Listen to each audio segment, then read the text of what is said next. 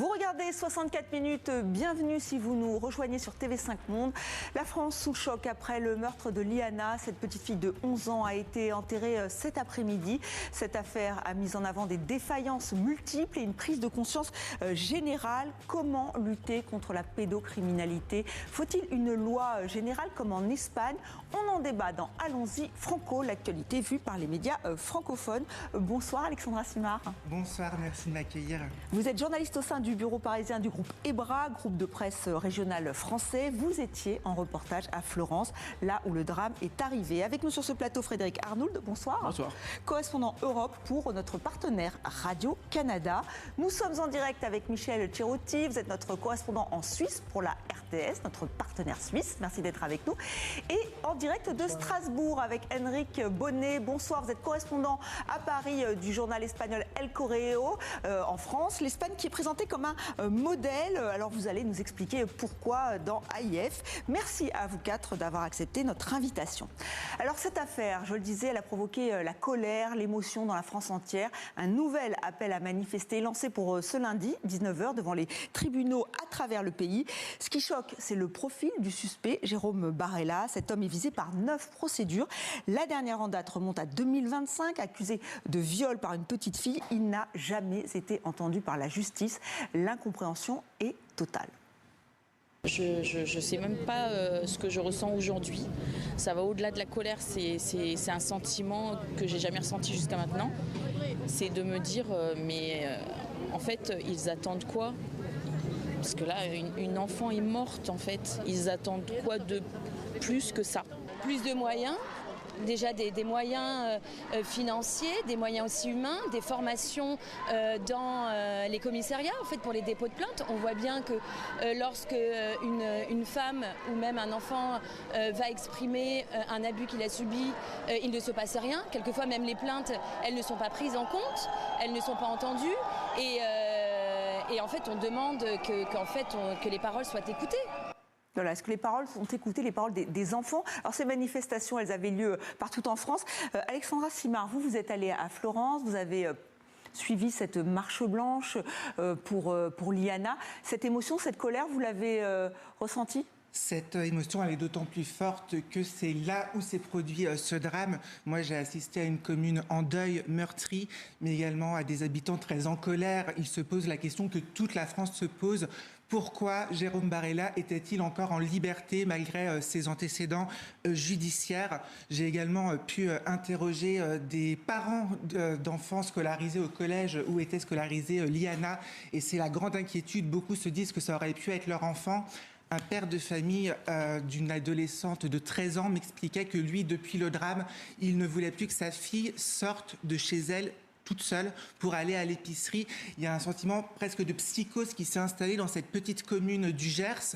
Le buraliste m'expliquait aussi qu'il ne voyait plus un enfant seul se promener à Florence depuis le drame. Donc vous nous dites psychose, Frédéric Arnould. Est-ce que vous avez rapidement compris que ce n'était pas un fait divers comme d'habitude et que là on allait passer dans autre chose? Oui, en fait, c'est vu du Canada, dès que ça concerne des enfants, c'est sûr que ça vient tous nous chercher. De toute façon, au Canada, on a eu aussi des cas assez horribles, sordides, de disparition d'enfants dans les années 85, Garçonnet de Montréal. On n'a jamais su ce qui est arrivé. Un crime impuni également. Quelques années plus tard, encore une fois, ce même genre de disparition. Et toujours cette idée que pourquoi la justice est si lente? Pourquoi est-ce qu'elle n'est pas efficace? Et c'est sûr qu'on voit ici, c'est vraiment un déballage en fait d'un dysfonctionnement, vraiment d'une recette pour un désastre de A à Z. Je veux dire, la personne n'a jamais été inquiétée pour tout ce qui était déjà colligé dans une liste. Donc il y a vraiment un sentiment d'impuissance par rapport à ça. Le Monde révèle en plus que les autorités américaines avaient prévenu qu'il était... Il y a eu un signalement, effectivement. Il y a eu un signalement aussi. Un signalement. Donc en tout cas, ça alimente vraiment ça donne des munitions en fait, pour ceux qui disent, dans le fond, vous voyez, en France, rien ne marche. C'est un système de justice qui ne fonctionne plus, qui est complètement entré en léthargie, en fait. Et c'est sûr que nous, on regarde ça du Canada et du Québec, on se dit, mais en fait, nous, on avait quand même certaines choses qu'on a mis en place depuis les années 70-80 qui permettent justement d'améliorer ce genre de traitement de cas. Voilà, on va y revenir. Mais Michel, vous aussi, est-ce que ce drame a une résonance en Suisse? Comment vous avez suivi cette affaire, Liana? Oui, évidemment, ce qui se passe en France concerne, en tout cas intéresse à tout le moins la Suisse en général et la Suisse francophone, la Suisse romande en particulier. Alors évidemment qu'on a suivi ça avec un tout petit peu moins d'acuité que la France n'a pu le faire, mais pour autant, bien, ça a quand même marqué les esprits. C'est un fait divers tellement épouvantable que voilà, ça ne peut que marquer les esprits. Je le disais néanmoins en Suisse. On a eu par le passé, ça remonte à plus d'une dizaine d'années maintenant, des cas non pas tout à fait similaires, mais des cas où des jeunes femmes ont été violentées et ou tuées par quelqu'un qui avait été qui avait été fiché auprès de la police, mais les dysfonctionnements n'étaient pas véritablement de l'ordre policier ou judiciaire. On aura peut-être le temps de revenir, mais plus de l'évaluation psychologique ou de l'aménagement des peines. Donc on n'est pas tout à fait dans le même cas de figure que ce que connaît la France aujourd'hui. Alors Henrik, vous êtes espagnol, journaliste. En Espagne, c'est aussi un fait divers dramatique, horrible, qui a donc entraîné tout le pays et toutes les autorités à ce sursaut et à essayer de trouver des solutions. Oui, exactement. C'était il y a 30 ans. En fait, il y a eu des faits divers qui ont beaucoup touché l'Espagne. Le premier, c'était en 1997. C'était le cas d'Ana Orantes, une femme qui avait été battue, maltraitée par son mari pendant des décennies. Elle avait essayé de porter plainte à la police. Elle était allée même à la télévision pour dénoncer cette situation. Et juste quelques jours après son passage pour la télévision, elle avait été tuée d'une manière brutale. Elle avait été brûlée par son mari. Donc, c'était un cas affreux, horrible, qui avait beaucoup touché l'Espagne et qui avait influencé sur le fait qu'en 2004, il y a une loi très importante, une sorte de loi intégrale, similaire à celle qu'on parle maintenant en France, qui avait été approuvée. Et cette loi, il a représenté un avant et un après à l'Espagne sur la manière comment on traite la violence machiste, la violence faite aux femmes. Et après, il y a des effets divers qui a beaucoup touché l'Espagne. C'était en 2016, c'était l'affaire de la meute. C'était une jeune femme de 18 ans qui avait été violée à Pampelune par un groupe d'hommes. Et cet fait divers, cet cas de violence machiste, il avait aussi beaucoup touché l'Espagne parce qu'il avait reflété aussi un peu les limites de la justice avec un premier verdict qui avait provoqué beaucoup d'indignation. Et donc, c'était des faits qui ont beaucoup changé l'Espagne et qui ont débouché des lois, la loi de 2004 et aussi la loi de 2022 sur les consentements sexuels. Voilà, et on y reviendra plus en avant dans quelques minutes, mais vous l'avez dit, effectivement, des dysfonctionnements de la justice. Là, il y a une enquête qui est en cours, les résultats vont être dévoilés le 19 juin. Emmanuel Macron, alors il y a eu beaucoup de déclarations des politiques, hein, ça n'arrête pas depuis qu'on a découvert le corps de cette petite fille.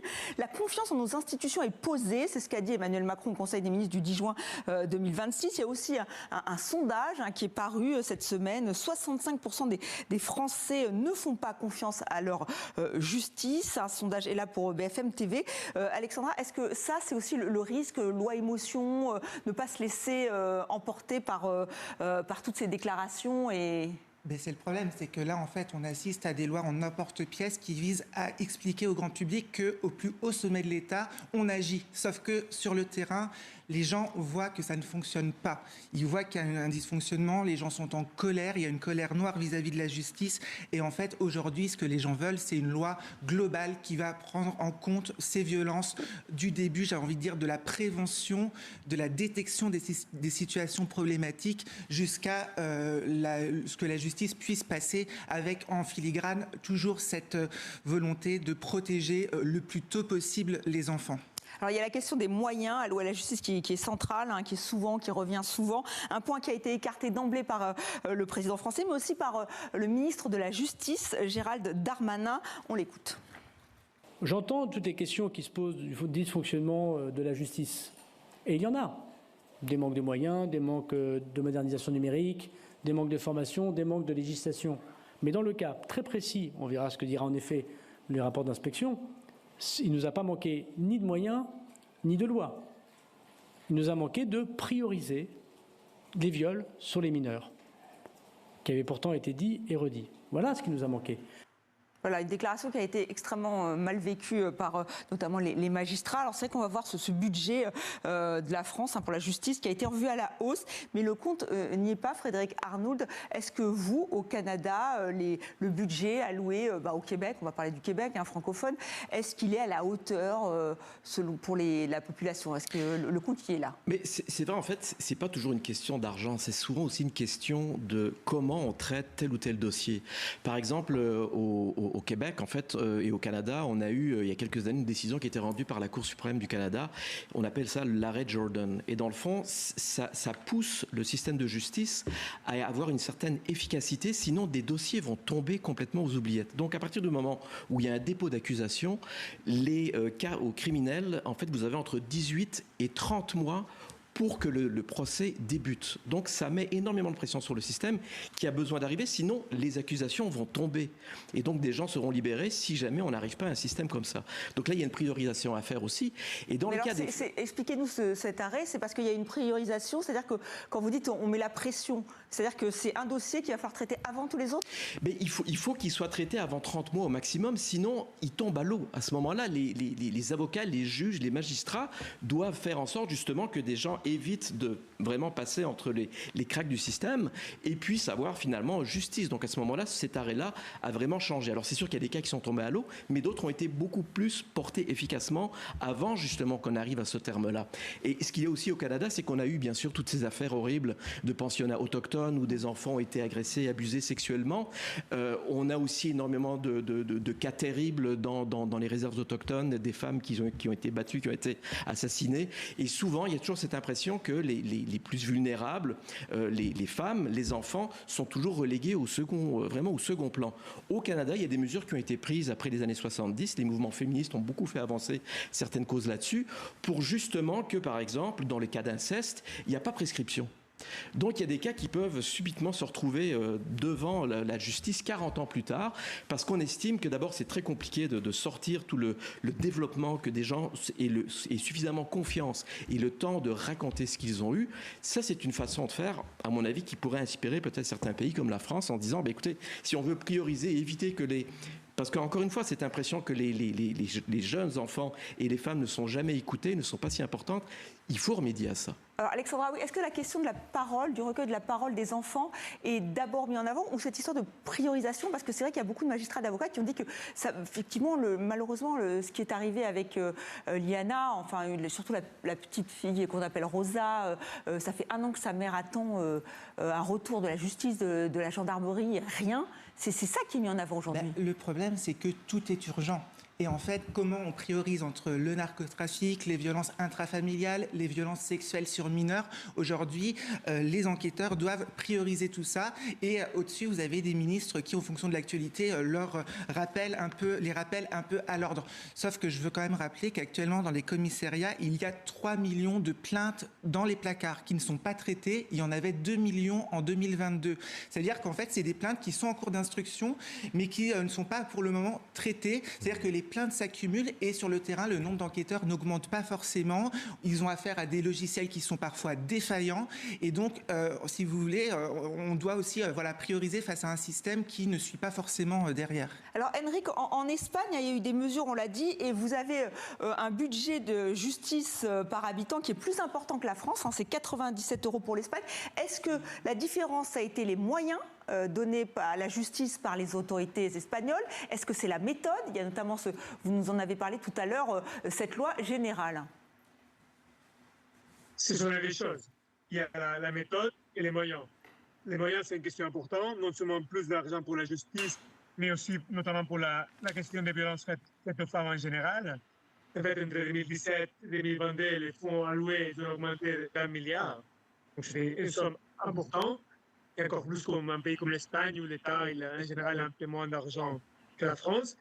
Et après, c'est vrai que la loi de 2004, et après d'autres lois, comme une loi sur la violence faite aux enfants en 2021, c'est la loi Rodés. Après la loi sur les consommations sexuelles, l'Espagne a probablement un arsenal législatif plus important que celui de la France. Il a plus d'outils. Il y a un peu plus de culture en général aussi sur la gravité de ces faits, même si en France, c'est vrai que moi j'observe une évolution très importante de la part de la société depuis une décennie et peut-être moins de sa classe politique et des politiques publiques menées en général.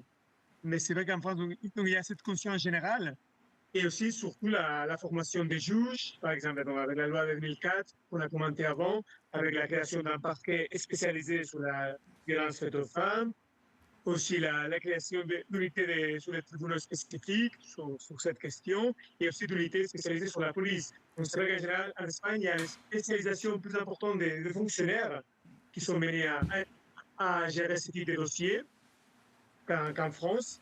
Et par exemple, donc, c'est l'une des raisons pour lesquelles, il y a quelques mois, le ministre de Justice Darmanin, il est venu en Espagne pour voir un peu comment en Espagne il traitait ce type de dossiers. Donc, vraiment, il y a les deux choses. Il y a la question des moyens et il y a aussi la question des politiques publiques qui débouchent sur des dispositifs très particuliers comme des unités spécialisées ou un parquet spécialisé. Alors, ça existe aussi en France, hein, peut-être qu'on en donnera deux mots, notamment le processus Mélanie, avec effectivement des endroits pour accueillir les enfants. Michel, alors vous êtes les mieux dotés, les Suisses, hein, 245 € budget de la justice par habitant, donc voilà. Est-ce que ça change les choses ? Est-ce que vous aussi, vous avez mis en place des procédures pour la parole des victimes de violences sexuelles, et notamment les enfants, les femmes ? Mais je crois qu'il faut faire attention avec les montants qui sont mis en avant, parce qu'il faudrait les lisser par rapport au coût de la vie. Donc évidemment, 245 €, ça paraît beaucoup pour la Suisse, mais en même temps, la Suisse est un pays extrêmement cher, donc je ne suis pas certain que la justice soit tellement mieux dotée qu'ailleurs. Pour autant, en Suisse, la justice fonctionne, semble-t-il, pas trop mal. On peut toujours faire mieux, y compris les études le montrent. La police aussi semble faire son travail de manière correcte de la part des observateurs. On peut toujours faire mieux, encore une fois. Me revient à l'esprit une étude qui est parue il y a quelques années qui estimait que 22%, c'est-à-dire plus d'une femme sur 5 en Suisse, avait subi une agression sexuelle. Évidemment, on est très loin de ce chiffre au niveau des plaintes qui sont enregistrées. On est encore plus loin au niveau des condamnations. Pour autant, le problème qui est mis en avant en Suisse, c'est surtout celui, on va dire, l'évaluation de la dangerosité des condamnés une fois qu'ils sont en train de purger leur peine. Il y a eu 3 cas entre 2009 et 2013 où des femmes ont été enlevées, violentées pour 2 d'entre elles et assassinées pour les 3 d'entre elles, 3 fois par des individus qui étaient l'un en permission, l'autre qui avait une peine aménagée avec un bracelet électronique, le troisième qui était sorti, qui avait une permission pour sortir avec sa psychothérapeute, qui l'a finalement assassiné. Ça a posé maintes questions quant à la manière dont on évaluait eh bien, la dangerosité des personnes qui avaient déjà été condamnées, sachant qu'effectivement, il y a toute une mise en place de différentes institutions associées, que ce soit la police pour laquelle certains membres d'entre eux sont formés pour accueillir la parole de personnes qui auraient été violentées, le ministère public, il y a ce qu'on appelle la LAVI, la loi sur l'assistance aux victimes, qui a dans chaque canton en Suisse une centrale qui écoute, qui accueille ces personnes si elles souhaitent déposer. Je ne crois pas que les lieux manquent. La difficulté, c'est encore une fois, c'est que les personnes finalement décident d'aller porter plainte. On voit qu'il y a un tout petit changement, je terminerai là-dessus. On voit qu'il y a une augmentation des plaintes désormais pour agression sexuelle en Suisse, mais qui sont de l'ordre du fait des plus jeunes générations. Il semblerait que chez les jeunes, aujourd'hui, un non soit un non, qu'il y ait des limites qui ne puissent pas être dépassées, que si elles sont dépassées, à ce moment-là, on est d'accord pour aller déposer plainte, ce que dans les générations précédentes, peut-être faisaient moins. Frédéric Arnould, c'est vrai que vous nous avez parlé de ces mouvements féministes qui sont aussi à l'œuvre en France pour faire bouger les lignes. Qu'est-ce qui est mis en place ? Vous n'avez pas de parquet spécialisé ? Non, en fait, ce qui est intéressant, c'est pour qu'il y ait une instruction et un procès qui aille vraiment jusqu'à une condamnation, ce qui est important, c'est la matière première. La matière première, c'est les témoignages. Et là, au Québec et au Canada, on a un organisme qui s'appelle le CAVAC, c'est le Centre d'aide aux victimes d'actes criminels, qui a créé une espèce de programme qui s'appelle le programme Calliope et qui permet justement de recueillir la parole. C'est ça souvent le problème, c'est essayer de recueillir la parole des femmes qui ont été violentées et surtout des enfants qui ont été malmenés. Et dans ce cas-là, ça permet d'offrir en fait, c'est un programme qui offre des formations en fait à ceux qui sont chargés de recueillir ces plaintes-là, que ce soit les policiers, que ce soit les magistrats. Et ça fait des petits. C'est parti du Québec, là c'est rendu en Bretagne également. On a décidé d'aller de l'avant avec ce genre de programme parce que c'est ça qui est important. C'est surtout de donner la parole et de ne pas le faire comme un enquêteur qui dit bon, qu'est-ce qui s'est passé, qu'est-ce qui est arrivé. Il y a tout un programme, je dirais, de comment approcher, d'encadrer l'enfant, d'encadrer la femme également qui était violentée pour essayer d'en arriver à vraiment des témoignages qui soient solides, qui soient pris au sérieux par le système de justice pour ultimement aller chercher justement un procès et des condamnations à la fin. Alors Alexandra, dans cette affaire qui secoue la France aujourd'hui, c'est que là, les témoignages avaient été pris en compte de cette petite fille. Ils existaient, même il y avait un rapport du médecin légiste qui disait que oui, c'était tout à fait plausible qu'elle a été victime de viol. Et le problème, c'est qu'il n'y a rien eu après. C'est la grande question et c'est ce que va tenter de démontrer l'enquête administrative qui va être rendue publique et qui a été diligentée par le ministre de la Justice et le ministre de l'Intérieur. Mais j'aimerais revenir sur ce que disait mon collègue, c'est tout à fait vrai, il faut des personnels formés à recueillir la parole des enfants. Pourquoi ? Parce qu'un enfant qui parle, s'il n'est pas cru, il ne reparlera pas parce qu'il n'aura plus confiance aux institutions. Et je voudrais quand même briser une idée reçue, c'est que selon les chiffres de la Civise, 98% des enfants qui parlent disent la vérité. Les faux témoignages, c'est 2 à 3% des cas lorsqu'on rapporte des violences sexuelles et qu'on est un enfant. Donc en fait, il faut carrément changer le paradigme et dire qu'aujourd'hui, on croit les enfants. Pourquoi c'est important de les croire ? Parce que plus tôt on va les croire, déjà, on va recueillir la parole, mais aussi on va recueillir le plus tôt possible des preuves matérielles qui parfois sont manquantes. Et ces preuves-là, c'est ce qui conduit les parquets à classer sans suite parce qu'il manque des preuves. Alors les preuves matérielles, ça peut être constater des lésions, ça peut être recueillir des liquides biologiques, ça peut être recueillir de l'ADN et ça doit être fait dans les 3 mois après l'agression. C'est pour ça que beaucoup d'associations de défense des droits des enfants réclament notamment qu'une enquête pénale puisse systématiquement être ouverte dans les 3 mois après que l'enfant ait parlé et ça c'est essentiel. C'est ce que vous dites tous les deux, effectivement, c'est que le temps est très important. Alors vous évoquez la Civise, c'est la commission indépendante sur l'inceste et les violences sexuelles. Elle avait remis 82 préconisations. A priori, on n'en a rien fait. Comment vous l'expliquez ? Est-ce que c'est un sujet qui reste tabou en France ? Est-ce que c'est comme ça que vous l'analysez ? Parce qu'il y a quand même 160 000 enfants victimes chaque année, selon cette Civise, victimes de violences sexuelles. C'est quand même un chiffre important. C'est le gros problème. Cette Civise, je rappelle qu'elle avait été commandée par le président de la République, Emmanuel Macron. Aujourd'hui, alors moi, ils nous ont donné pour le groupe EBRA en exclusivité leurs chiffres. C'est des chiffres qui vont être remis à la chancellerie et à la ministre de la Santé lundi, le 15 juin. Ils vont faire le bilan de ces 3 ans et en fait, ils nous expliquent que 75% des mesures n'ont pas été appliquées. Sur les 82 mesures, il n'y a que 23 mesures qui sont pleinement effectives. Pourquoi ? Parce que soit elles mettent du temps à être appliquées, soit clairement, on ne veut pas en entendre parler. Et c'est ça qui est problématique. Et donc là, la réunion à la chancellerie, elle va être essentielle parce que qu'est-ce que va dire la Civise ? La Civise va dire, écoutez, là on approche des élections présidentielles, si on veut que l'ensemble des mesures soient appliquées, il faut s'y mettre maintenant, parce qu'après la présidentielle, il sera trop tard. Oui, pourtant, là, le fait, juste un dernier mot sur ce parquet spécialisé, comme il existe pour tout ce qui est financement illégal et aussi narcotrafic, ça serait une bonne solution ? Ça serait primordial, parce que ça montrerait qu'enfin, les gens puissent avoir des magistrats formés uniquement, intégralement dédiés à ces questions, qui ont un réseau et qui peuvent après suivre de façon plus, j'allais dire, en proximité les dossiers avec un réseau de professionnels. Et ça, c'est très important et c'est ce que demandent d'ailleurs les associations à travers la loi globale. Merci infiniment à vous 4 d'avoir participé à ce débat qui pourrait continuer, effectivement, prendre le modèle dans les pays francophones et hors de la francophonie comme l'Espagne pour protéger mieux les enfants des pédocriminels. Voilà, c'est la fin de 64 minutes. Merci à vous de l'avoir suivi.